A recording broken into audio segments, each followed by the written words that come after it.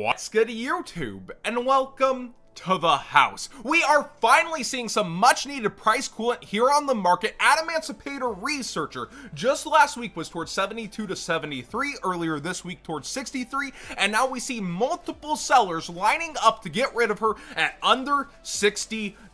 This is pretty awesome, but it's still expensive for this deck, but a lot of people enjoy the Adamancipators. They're big brain plays, combo deck that people enjoy, doing that kind of thing, and they really do a lot within this metagame. But I have a word of forewarning. Whenever you see top heavy sets start to have their cards fall out, other things within them start to go up a lot of the time. This is called value displacement. So we do see the Golden Lord. He was towards 115, fell down towards 100, and he's starting to trek back up a little bit here. It could be as simple as the lost value is going to go towards the Eldritch, or it could disperse outward into the set. I know Rikas have caused a ton of buyouts despite not having a lot of showings, even in online gameplay or results, and also a ton of people are eyeing Solemn Judgment and Upstart Goblin Supers as penny stonks, and you could start to see those listings go away even faster. It's not as if the sealed is any easier to get. It's not as if the pull rates have suddenly changed. You're just seeing this sudden twist within the market, maybe inflation being let out of the balloon. But let me know if you think anything else in Secret Slayers is going to trek up because of this. It's all too often that tends to happen whenever you see a huge price drop. Now, Crystron Halifibrax, aka Needle Fiber, is going up in price right now and has claimed the top perch of Dual Overload. You've seen these three kind of vie for that spot over time, and when Red Eyes Dragoon does come out, he has a new name. I think it's like Red Eyes Black Dragoon. Anyways, whenever you see that come out, you're gonna see Verte Anaconda definitely spike in price once again. You always tend to see that on the market. The card's finally here, I better go and get it, as if you didn't prepare for this one. You were hoping it would go down somewhere between here and there. That's a fair assessment because it is a long ways off, but tons of people are eyeing this card right now. And then Imperm, people want this in playsets, but you could have a reprint anywhere now. Konami's reprinted this twice. It could just end up in a structure deck or another side set, maybe as a nice collector's rare. That would be pretty awesome. But definitely atop this set is Halifibrax from now, way deep into the metagame. I'm getting more and more used to playing with him, and I can say, yeah, he pretty much does feel like he fits in every deck as an engine whenever you're playing in the meta. So I can see why he is starting to go up towards the value of the box once again, actually towards sealed and what it's selling for. Pretty much the dead even from what a vendor will sell it to you at shipped. Now let's get into cards I think you should get before they start to get notice or go upward, or just things I would get over time. These are called penny stonks, and Scrap Recycler is one that all too often it gets a reprint. We underestimate it, and you can see from the amount of listings on market, 34, while there's not too many of all the cards, he is the most in demand from this structure deck, and people are coming for playsets of him. I could see him going back towards $3.50 to $5. I'd get yours sooner than later, especially if you're thinking Scrap Orca, Scrap Machina, multiple different things. Just have your copies of this, and the easiest way to do that is buy 3 of the structure decks. Over here in the legendary decks, which got re-waved recently, there's a card that I think has big collector's value, and that's Dark Magician. And thanks to this re-wave, some people are underestimating the first edition's value, but I think you get to it on like page 2 or 3 or something like that. So let's go ahead and find the lowest near mint first edition on market here. I think it's like 360 shipped, 373, and then you see multiple at the $4 listing. The first edition of this box was selling for $160 not too long ago before the re-wave, and I think this is the second top card out of these legendary decks. I would highly consider going for the first editions of this if you've been thinking about having it or wanted to collect it. The alternate art does have a lot of demand, and that nostalgia versus Arcana in the show, oh, the buzzsaws, it's all happening in my mind. But anyways, point being, it has that anime collectability and with Red Eyes Dragoon playability upcoming within the metagame. Now, draw cards are no stranger to price spikes, especially for max rarity, and you take note of that whenever I do these penny stonks. I tend to include 1 or 2. Well, I think Contract with Dawn 1000 only has 1 printing and is ludicrous seriously underpriced, being out of Duelist Saga exclusively.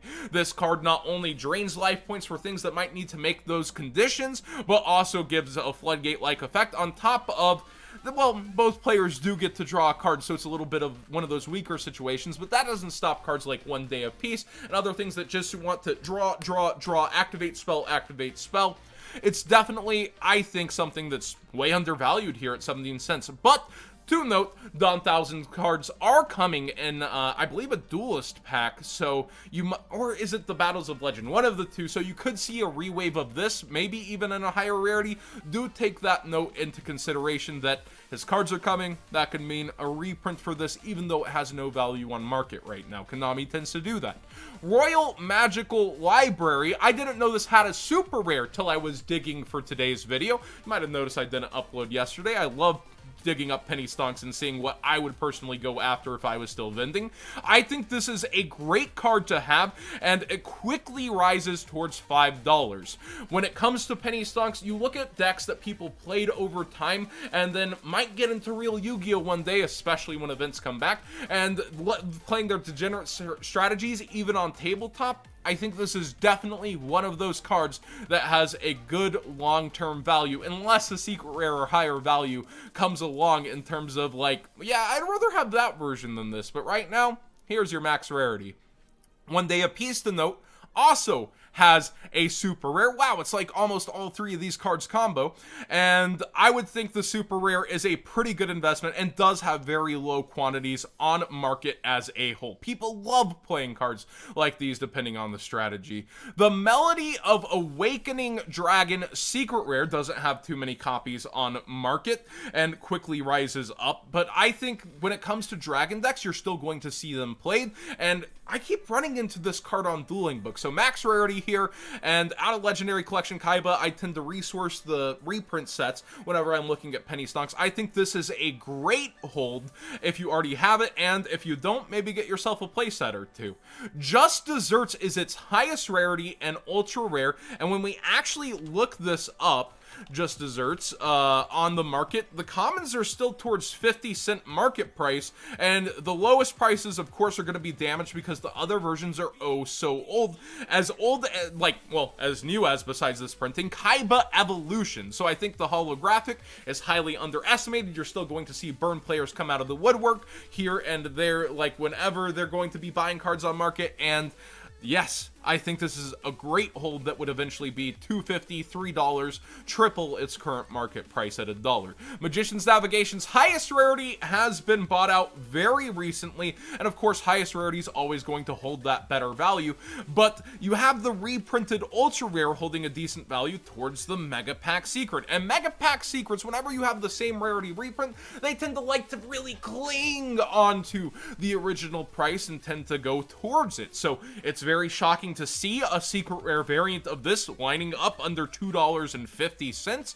I might consider having these secret rares, especially compared to the rate that this is up towards $8 and this is still chilling at $2.30. Predaplant Dragostapelia has only one holo printing, and if I'm looking at this right, I don't feel like that can be right, every version being shorted, but I'm not 100% on that. But considering that it only has one holo printing out of dual power, I would think this is a pretty good penny stonk as a super poly target. Speaking of only one printing, Utopic Onomatopoeia is only out of dual power and has seen a huge increase of play, yet still sits around 50 cents to $1 with people willing to sell tons of these. I think this is a unique engine. I think it only gets better with time, and I don't think it's one that Konami is likely to hit at any point. Just remember it has a restriction that locks you into XC summoning, and don't accidentally end up using that. Armityle, the Chaos Phantom out of Duelist Saga, is one of the very few printings of Armityle. Although the structure deck's likely to give us one, I still think with that structure deck, people will come a-hunting for holographic forms, and this is the second highest rarity, I would say. With the GX box having been reprinted recently, there's a ton of cheap ultra rares, if you think that's a clean version, that used to be worth way more. But the secret rare has been bought out to ridiculous proportions, and with that actually does give the mid rarity a chance to flourish, especially with increased demand coming. Whenever we see that, why didn't I see this coming? The structure deck came out, why didn't I see this bio coming? I feel like the Duelist Saga rare will experience that, and it's very, very cheap right now. Fallen Paradise similarly only has one printing period out of Duelist Saga, and will be your only holographic form for this card, unless for some reason it gets another holofoil somewhere. So I would suggest having this. Very undervalued towards the dollar mark, and very collectible too. A lot of people are starting to look around at Sacred Beast stuff more than they ever have. The Sky Striker Ace token is actually towards $5, which is my max, like, kind of point towards talking about penny stonks, but I think this is something that the Japanese would like to buy, and they are already getting our ultimate rare Sky Strikers, so this is something I'd stock up on that may just disappear from our market over time and head overseas. Set Rotation Super Rare is pretty affordable, but does quickly go up towards $5. I actually didn't know it was actually lining up at $5. This is one of those things that people do love, even though they can only play one to max rarity, so maybe look for deals under the $5 mark elsewhere besides just using my TCG player link in the description down below, costing you nothing extra and supporting the channel directly. Be sure to always shop around and use your big brain whenever buying cards. Magic Deflector is a card, this is showing my player brain, that I think is criminally underrated. I think if last format had more time to go on, this would have been a funny side deck against stuff like dinosaurs who were using Diagram and Lost World and all sorts of field spells to even get going, but now you have Animador Archosaur. Well, this card is an amazing floodgate that activates once and, you know, lingers, as Judge hates to hear that. It activates and then stays around. For the rest of this turn, negate all equip, field, continuous, and quick play spell cards on the field. This is going to find its formats like it did during Zodiac format. This card actually only has 2 total printings, the super and the common, so I would definitely just over time stock up on these supers. It could go nowhere for you, but I think this card will have its format and will pay off one day. Cyberstein Secret Rare is about the same price as the rare, and of course, if you're in the market for the ultra rare, good luck. You can't even use my TCG player link to get it. I still think this is one of those niche, funny cards that casuals more so like to trek towards. It's its only holofoil version. It also has the updated text, and I think both of these are actually decent buys at the price point that they're at. Whenever I look at sets though, whenever I'm going through everything, I like to look down through reprint sets and see what's going on within them. I really think that there's a ton of underestimated value when it comes to sets like these. So if you're looking for penny stonks yourself, instead of all Streamer Man, or Market Watch Man, what cards should I get? Look through. There's huge collectibles that have funny win cons that could just at any point see a fan go after them that wants to build a binder, and there they are off market because it was a short print in history. Only 2 freaking of these per case for some reason, yet it sits around $2. I find that ridiculous personally, but it sat there for a long time. Aqua Dolphin, a piece of an engine that is somewhat forgotten, is sold still a busted card that could see some combination with Needle Fiber perhaps in the future, and I think this will have its format where it rips cards from hands. I think hollowing out the Psyframe engine is something people really like to do, and I think this is undervalued. There's just so many cards whenever you look through here that for your money spent and just setting aside and keeping it there, it has a huge potential to go up. Like the Dark Lord engine hollowed out, that seems pretty nice to me. Also, looking at other things, I really like the holofoil Mermail engine, even the lowest rarities, but I think for TS, the secret rare is criminally undervalued. You see it actually running out of copies compared to the original ultra rare on market, and I think it's the greatest mid rarity behind the ulti. So at 50 cents, whenever we're talking Market Watch, people are going after this piece of Mermails or that piece of Mermails coming back. I think this is a really nice looking version of it, and I like it a lot more than the ultra or the super. And Megalo only has one more budget alternative. Remember, these were $8 to $12 before this reprint.